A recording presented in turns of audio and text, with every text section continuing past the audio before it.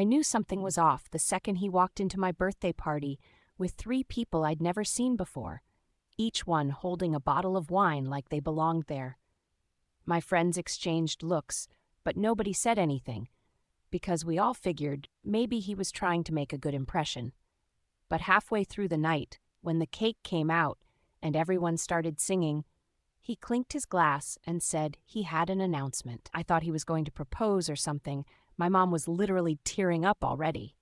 Instead, he pulled those 3 strangers closer and said, "I'm polyamorous, and these are my other partners. I want us all to meet." For a second, I thought it was a joke, but then one of them reached out and squeezed his hand. My best friend nearly choked on her drink. The entire room went silent. He grinned like he'd just introduced me to his coworkers, not the people he'd been sleeping with while telling me he was working late or out with his brother. I felt my face burn as it hit me. He didn't even think he'd done anything wrong.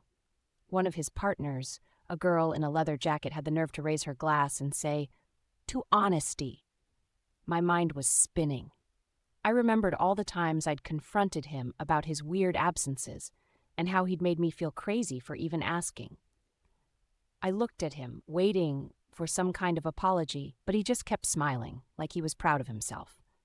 My mom started crying for real, my friends started leaving, and I just stood there, surrounded by empty plates and ruined decorations. He leaned in and whispered, "This is who I am, and I hope you can accept it." Later, after everyone left and the apartment was a disaster, I realized the real betrayal wasn't just him sleeping around. It was that he'd built this whole other life right in front of me, convinced I'd never notice. The worst part? Deep down, I knew he was always craving chaos, and maybe I was too, because I kept picking guys like him. The twist is, I wasn't just angry at him. I was angry at myself for ignoring every red flag and letting myself believe I was the exception when I was just another one of his secrets.